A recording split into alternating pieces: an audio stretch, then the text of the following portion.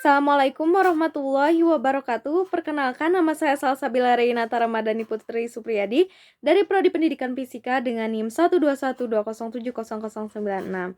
Pada kesempatan kali ini saya akan mereview materi pertemuan ke-13 dengan judul muamalah. Nah, muamalah dalam Islam merupakan sebuah hukum dan aturan yang mengatur tata cara yang tepat dan benar menurut syariat Islam untuk memenuhi kebutuhan dunia.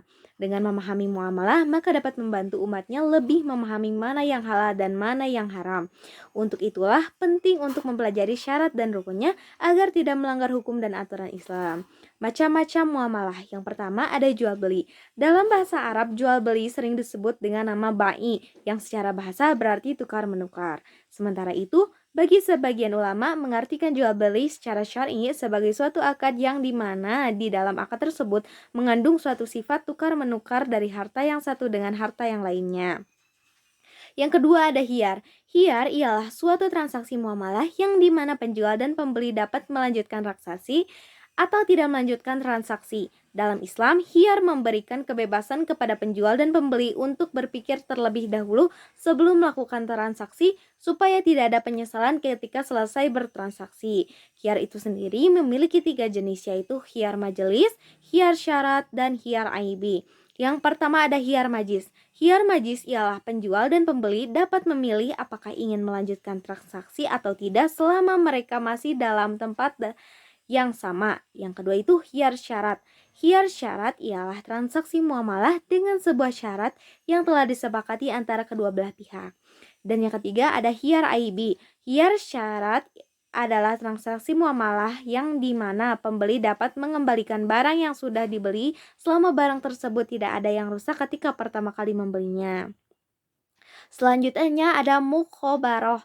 Mukhobaroh ialah transaksi muamalah yang berkaitan dengan pembagian ladang atau sawah yang dimana pembagian tersebut disesuaikan dengan kesepakatan yang sudah disetujui.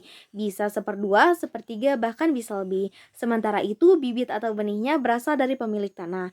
Misalnya ada seorang petani yang sudah mengelola sawah milik orang lain, kemudian petani tersebut tetap mengelola sawah tanpa mengeluarkan biaya untuk membeli benih.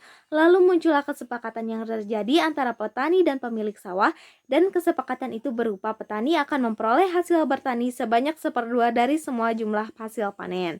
Dan yang keempat ada muzaraah. Muzaraah adalah transaksi muamalah yang berupa kerjasama yang terjadi pada bidang pertanian, yang dimana seseorang petani yang mengelola sawah akan menyediakan benihnya dan membaginya dengan pemilik sawah sesuai dengan kesepakatan. Misalnya, ada seorang petani sedang mengelola sawah milik orang lain. Kemudian petani tersebut mengeluarkan biaya untuk membeli benih. Kesepakatan yang telah disetujui antara petani dengan pemilik tanah ialah petani akan memperoleh seperdua dari semua jumlah hasil panen. Yang kelima ada musakoh.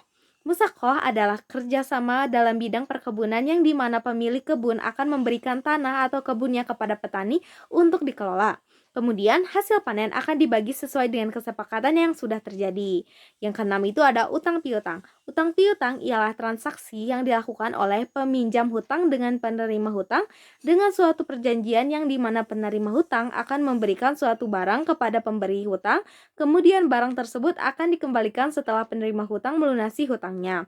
Misalkan ada seseorang yang meminjam hutang dan memberikan handphone sebagai jaminan. Setelah peminjam hutang melunasi hutangnya, maka pemberi hutang akan mengembalikan handphone tersebut.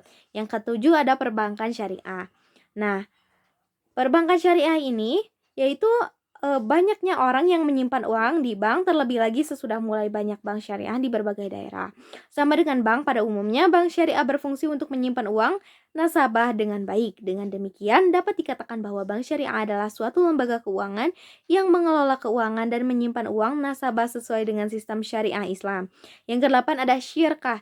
Syirkah ialah suatu transaksi muamalah dengan sebuah akad antara kedua belah pihak atau lebih dengan tujuan yang sama, yaitu membuat kesepakatan untuk mendirikan sebuah usaha dengan harapan memperoleh keuntungan. Ada beberapa jenis syirkah. Yang pertama itu yaitu syirkah abdan, syirkah inan, dan syirkah wujuh, dan syirkah mufwadah.